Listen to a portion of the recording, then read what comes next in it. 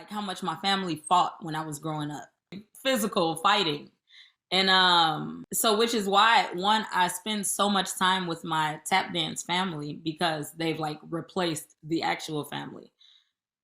When you resist conflict, then you have to deal with the conflict, the battle that's constantly inside of you. And I was dealing with that a lot. And I was like, I don't want to keep battling myself.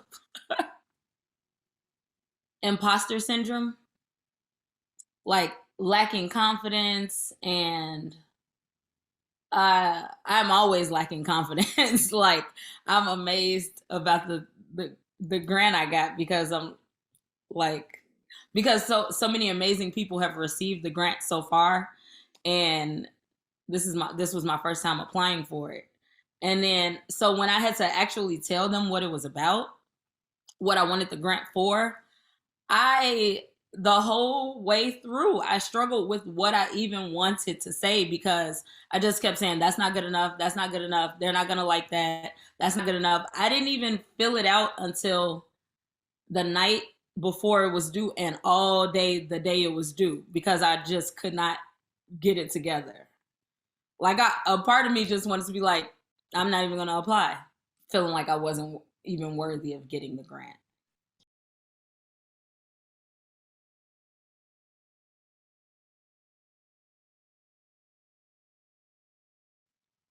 I don't. I just go to my day to day thing until it passes.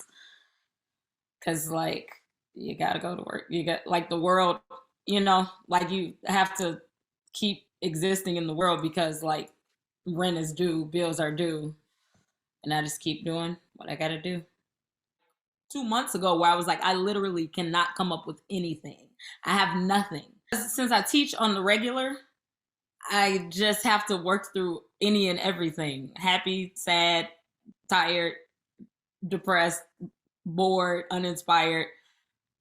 Have to work through any and all of that. I guess things that I would try to do to maintain it, to maintain a good mental health, a good state of mental health.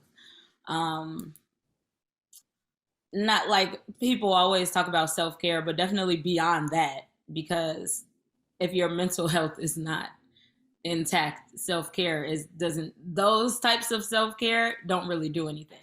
I kind of do think it has to do with me being black because nobody talked about therapy growing up. And when I was like when I was in grammar school, my mom actually this is when we started going to church. So my mom would always just say just pray or talk to the Lord, read the Bible. Those are like the things that she does for mental health. I like pray a little bit, I meditate a little bit, but I would like to say I'm more spiritual than religious now. So mental health is actually a topic that I don't know much about, but I'm just starting to kind of get into it because now that I have free time to even deal with it, I would like to deal with it. So, but one of the first steps that I've been taking to preserving my energy and my health is starting to say no when it's when whatever the thing is does not feel good to my spirit. So say yes to things that feel good to your spirit. My name is Starina Dixon. Everybody calls me Star. I am born and raised on the west side of Chicago. I currently live on the south side of Chicago. Go by she and her, and I'm black, black, black, black on black. I would label myself as a teaching artist and a performing artist. Well, I grew up in the family where most of the young people tap dance, so it just made sense that I would go into tap dancing also. So I started tap dancing basically when I started walking, but not. I didn't do it seriously until later. I actually got into African dance first. So I danced with a company called Sundance Productions when I was in grammar school and high school. No, not high school. When I was all throughout grammar school, and then the company actually ended, and the director decided to go move to Barbados, where he was originally from, and that's when my brother Brill Barrett and his partner at the time, Martin Trey Dumas III, started Mad Rhythms. So they wanted to create a place for tap dancers to go when they weren't traveling.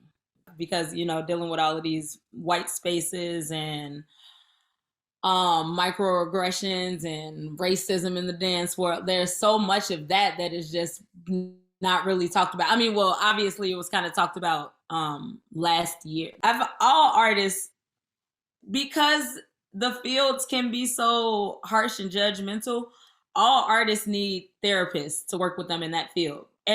Because all of those people at the top need therapy, and they're just passing down their ways to the next generation and the next people who are running it, and everybody just keeps passing down all the bullshit.